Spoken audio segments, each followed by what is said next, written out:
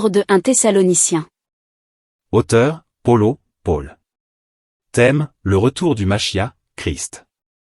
Date de rédaction, environ 51 après Jésus-Christ. Autrefois appelé Therme ou Therma, qui signifie « source chaude », Thessalonique reçut son nouveau nom de Cassandre, en l'honneur de sa femme Thessalonique, qui était aussi la sœur d'Alexandre le Grand, 356-323 avant Jésus-Christ, à qui il succéda. Cette ville est située au nord de la Grèce, sur la côte de la mer Égée. Du temps de Paul, la Grèce était divisée en deux parties. Dans la région du nord, la Macédoine, se trouvaient les villes de Philippe, Thessalonique et Bérée. Quant à la région du sud, l'Achaïe, elle comportait les villes d'Athènes et de Corinthe. En ce temps-là, Thessalonique comptait environ 200 000 habitants, grecs, romains et juifs, et jouissait d'une importante fréquentation puisqu'elle figurait parmi les trois ports principaux de la Méditerranée et se situait sur l'une des plus grandes routes commerciales, la voie ignatienne reliant Rome à Byzance.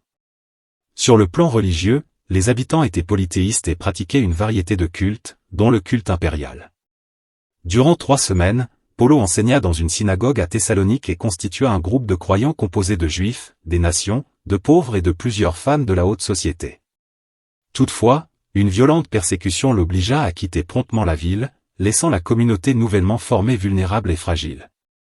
La première lettre adressée par Paul aux Thessaloniciens avait pour but d'affermir ces derniers dans les vérités fondamentales qui leur avaient été enseignées, de les exhorter à vivre une vie de sainteté pour être agréable à Elohim, de les éclairer quant au devenir des défunts et de les assurer du retour certain du Seigneur. Chapitre 1, versets 1 à 10. Paul, et Silvano, et Timothéo, à l'assemblée des Thessaloniciens, en Elohim le Père et Seigneur Yehoshua Machia, à vous, grâce et shalom, de la part d'Elohim notre Père et Seigneur Yehoshua Machia. Nous rendons toujours grâce à Elohim pour vous tous, faisant mention de vous dans nos prières. En nous rappelant sans cesse l'œuvre de votre foi, le travail de votre amour, et la persévérance de l'espérance en notre Seigneur Yehoshua Machia devant notre Elohim et Père. Sachant, frères aimés d'Elohim, votre élection. Annoncez l'évangile avec puissance et avec l'Esprit Saint. Parce que notre évangile ne vous est pas arrivé en parole seulement, mais aussi avec puissance, avec l'Esprit Saint et avec une grande plénitude d'assurance. Vous savez en effet que c'est ainsi que nous sommes venus parmi vous à cause de vous. Et vous êtes devenus nos imitateurs et ceux du Seigneur, ayant reçu la parole avec la joie du Saint-Esprit au milieu d'une grande tribulation. De sorte que vous êtes devenus des modèles pour tous ceux qui croient dans la Macédoine et dans l'Achaïe. Car la parole du Seigneur a retenti de chez vous, non seulement dans la Macédoine et dans l'Achaïe, mais votre foi envers Elohim est sortie aussi en tout lieu, de sorte que nous n'avons pas besoin d'en parler. Car eux-mêmes racontent à notre sujet quelle entrée nous avons vue auprès de vous et comment vous vous êtes convertis à Elohim, en vous séparant des idoles, pour servir l'Elohim vivant et véritable. Et pour attendre des cieux son Fils, qu'il a ressuscité des morts, Yehoshua, qui nous délivre de la colère à venir. Chapitre 2, versets 1 à 20. Annoncez l'évangile en recherchant l'approbation d'Elohim et non celle des humains. Car vous-même, frères, vous savez que notre entrée au milieu de vous n'a pas été vaine. Mais après avoir souffert et subi des outrages à Philippe, comme vous le savez, nous avons pris de l'assurance en notre Elohim, pour vous annoncer l'évangile d'Elohim au milieu d'un grand combat.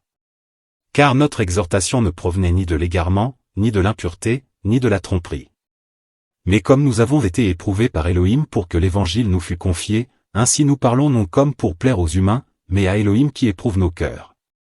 Car nous ne sommes jamais venus avec une parole flatteuse, comme vous le savez. Jamais nous n'avons eu la cupidité pour mobile, Elohim en est témoin. Et nous n'avons pas cherché la gloire des humains, ni de vous, ni des autres, alors que nous pouvions être un fardeau comme apôtres du Machia. Mais nous avons été doux au milieu de vous, de même qu'une nourrice chérit d'un tendre amour ses propres enfants. Ainsi, dans notre affection pour vous, nous étions prêts à vous donner, non seulement l'évangile d'Elohim, mais encore notre propre vie, tant vous nous étiez devenus chers. Car vous vous souvenez, frères, de notre peine et de notre travail dur et difficile. Car c'est en travaillant nuit et jour, pour n'être à la charge d'aucun d'entre vous, que nous vous avons prêché l'évangile d'Elohim. Vous êtes témoins et Elohim aussi, combien notre conduite envers vous qui croyez a été sainte, juste et irréprochable. Et vous savez aussi que nous avons été pour chacun de vous comme un père pour ses enfants, vous exhortant, vous encourageant et vous conjurant de marcher d'une manière digne d'Elohim, qui vous appelle à son royaume et à sa gloire. C'est aussi la raison pour laquelle nous rendons sans cesse grâce à Elohim de ce que, recevant la parole d'Elohim que nous vous avons fait entendre, vous l'avez reçue non comme la parole des humains, mais comme ce qu'elle est vraiment, la parole d'Élohim qui agit puissamment aussi en vous qui croyez. Car vous, frères, vous êtes devenus les imitateurs des assemblées d'Élohim qui, dans la Judée, sont dans le Mashiach Yehoshua, parce que vous aussi, vous avez souffert de la part de ceux de votre propre nation les mêmes choses qu'elles ont souffert de la part des Juifs. Qui ont même tué le Seigneur Yehoshua et leurs propres prophètes, qui vous ont persécutés, qui ne plaisent pas à Élohim et qui sont opposés à tous les humains. Nous empêchant de parler aux nations pour qu'elles soient sauvées et mettent ainsi en tout temps le comble à leurs péchés. Mais à la fin la colère est venue sur eux. Mais pour nous, frères, après avoir été quelque temps séparés de vous de face et non de cœur, nous avons eu d'autant plus d'ardeur et d'empressement de voir votre face. C'est pourquoi nous avons voulu venir chez vous, moi, Paulo, en effet, une et même 2 fois, mais Satan nous en a empêchés. Car qui est notre espérance, ou joie, ou couronne de gloire? N'est-ce pas vous aussi, en face de notre Seigneur Yehoshua Mashiach, en sa parousie? Car vous êtes notre gloire et notre joie. Chapitre 3, versets 1 à 13. La persévérance des Thessaloniciens dans l'affliction. C'est pourquoi, ne pouvant attendre davantage, nous avons trouvé bon de rester seuls à Athènes. Et nous avons envoyé Timothéo, notre frère, serviteur d'Élohim, et notre compagnon d'œuvre dans l'évangile du Mashiach, pour vous affermir et vous exhorter au sujet de votre foi. Afin que personne ne soit troublé dans ces tribulations, puisque vous savez vous-même que nous sommes destinés à cela. Car aussi, lorsque nous étions avec vous, nous vous prédisions que nous avons à subir des oppressions, comme cela est aussi arrivé, et vous le savez. C'est pour cela que, moi aussi, n'y tenant plus, j'ai envoyé pour connaître votre foi, de peur que le tentateur ne vous ait tenté et que notre travail ne soit devenu inutile. Mais Timothéo, récemment venu de chez vous vers nous, nous a apporté la bonne nouvelle de votre foi et de votre amour et du bon souvenir que vous avez toujours de nous, désirant nous voir comme nous aussi par rapport à vous. À cause de cela, frères, nous avons été consolés à votre sujet par le moyen de votre foi, dans toute notre tribulation et notre calamité. Parce que maintenant nous vivons, si vous demeurez fermes dans le Seigneur. Car quelle action de grâce nous pouvons rendre à Élohim à votre sujet, pour toute la joie que nous éprouvons devant notre Élohim, à cause de vous. Priant nuit et jour avec beaucoup d'insistance pour voir votre visage et compléter ce qui manque à votre foi. Mais qu'Élohim lui-même, notre Père, et notre Seigneur Yehoshua Mashiach, dirige notre chemin vers vous. Et que le Seigneur vous fasse croître et abonder en amour les uns envers les autres et envers tous, comme il en est de nous envers vous. Pour affermir vos cœurs pour qu'ils soient irréprochables en sainteté, devant notre Élohim et Père, en la parousie de notre Seigneur Yehoshua Mashiach avec tous ses saints. Chapitre 4, versets 1 à 18. Exhortation à la sanctification et à l'amour fraternel. Au reste donc, frères, nous vous le demandons et nous vous y exhortons dans le Seigneur Yehoshua, que, comme vous avez appris de nous de quelle manière il vous faut marcher et plaire à Élohim, vous y abondiez de plus en plus. Car vous savez quel commandement nous vous avons donné par le Seigneur Yehoshua. Car c'est ici la volonté d'Élohim, votre sanctification. Que vous vous absteniez de relations sexuelles illicites. Que chacun de vous sache posséder son propre vase dans la sanctification et dans l'honneur. Non pas dans la passion du désir, comme les nations qui ne connaissent pas Élohim. Que personne ne fasse tort ni ne dupe son frère en affaires, parce que le Seigneur punit toutes ces choses, comme nous vous l'avons dit et attesté. Car Élohim ne nous a pas appelés à l'impureté, mais à la sanctification. C'est pourquoi celui qui rejette ceci ne rejette pas un être humain, mais l'Élohim qui nous a aussi donné son Saint-Esprit. Mais concernant l'amour fraternel, vous n'avez pas besoin que je vous en écrive, car vous êtes vous-mêmes enseignés par Élohim à vous aimer les uns les autres. Car c'est aussi ce que vous faites à l'égard de tous les frères qui sont dans toute la Macédoine. Mais nous vous exhortons, frères, à y abonder de plus en plus. Et à vous efforcer sérieusement de rester tranquilles, de vous occuper de vos propres affaires, et de travailler de vos propres mains, ainsi que nous vous l'avons ordonné. Afin que vous marchiez d'une manière bienséante envers ceux du dehors et que vous n'ayez besoin de personne. L'assemblée sera enlevée. Or frères, je ne veux pas que vous soyez dans l'ignorance au sujet de ceux qui dorment, afin que vous ne soyez pas attristés comme les autres aussi qui n'ont pas d'espérance. Car si nous croyons que Yehoshua est mort et qu'il est ressuscité, de même aussi ceux qui dorment en Yehoshua, Élohim les ramènera avec lui. Car nous vous disons ceci par la parole du Seigneur, c'est que nous, les vivants restés pour la parousie du Seigneur, nous ne précéderons jamais ceux qui dorment. Parce que le Seigneur lui-même, avec un cri de commandement, avec une voix d'archange et avec la trompette d'Élohim, descendra du ciel et les morts en Mashiach ressusciteront premièrement.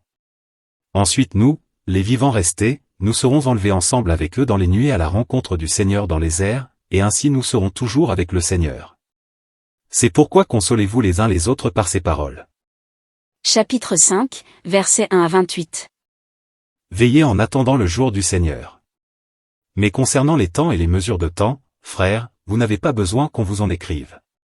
Car vous savez vous-même précisément que le jour du Seigneur vient comme un voleur dans la nuit. Car quand ils disent « paix et sûreté », alors une destruction soudaine les surprend, comme les douleurs de l'enfantement surprennent la femme enceinte, et ils n'échapperont jamais. Mais quant à vous, frères, vous n'êtes pas dans la ténèbre pour que ce jour-là vous surprenne comme un voleur. Vous êtes tous fils de la lumière et fils du jour. Nous ne sommes pas de la nuit ni de la ténèbre. Ainsi donc ne dormons pas comme les autres, mais veillons et soyons sobres. Car ceux qui dorment, dorment la nuit, et ceux qui s'enivrent sont ivres la nuit. Mais nous qui sommes du jour, soyons sobres, ayant revêtu la cuirasse de la foi et de l'amour, et pour casque, l'espérance du salut. Parce qu'Élohim ne nous a pas destinés à la colère, mais à l'acquisition du salut par notre Seigneur Yehoshua Mashiach. Qui est mort pour nous, afin que soit que nous veillions, soit que nous dormions, nous vivions avec lui. C'est pourquoi exhortez-vous réciproquement, et édifiez-vous tous, les uns les autres, comme aussi vous le faites. Le comportement du chrétien envers ses frères. Mais nous vous prions, frères, de considérer ceux qui travaillent parmi vous, et qui vous dirigent dans le Seigneur, et qui vous avertissent. Et ayez pour eux beaucoup d'estime et d'amour à cause de leur œuvre. Soyez en paix entre vous. Mais nous vous y exhortons, frères, avertissez les désordonnés, encouragez les poltrons, supportez les faibles, et soyez patients envers tous. Prenez garde que personne ne rende à autrui mal pour mal, mais poursuivez toujours ce qui est bon, et les uns envers les autres, et envers tous. Le comportement du chrétien en tout temps. Soyez toujours joyeux. Priez sans cesse. En toute chose rendez grâce, car telle est la volonté d'Élohim en Mashiach Yehoshua pour vous. N'éteignez pas l'esprit. Ne méprisez pas les prophéties. Éprouvez toute chose, retenez ce qui est bon. Abstenez-vous de toute forme de mal. Mais que l'Élohim de paix lui-même vous sanctifie parfaitement, et que votre être entier, l'esprit, et l'âme et le corps soient gardés sans reproche en la parousie de notre Seigneur Yehoshua Mashiach. Celui qui vous appelle est fidèle, et il le fera. Salutations. Frères, priez pour nous. Saluez tous les frères par un saint baiser. Je vous en conjure par le Seigneur que cette lettre soit lue à tous les saints frères. Que la grâce de notre Seigneur Yehoshua Mashiach soit avec vous. Amen.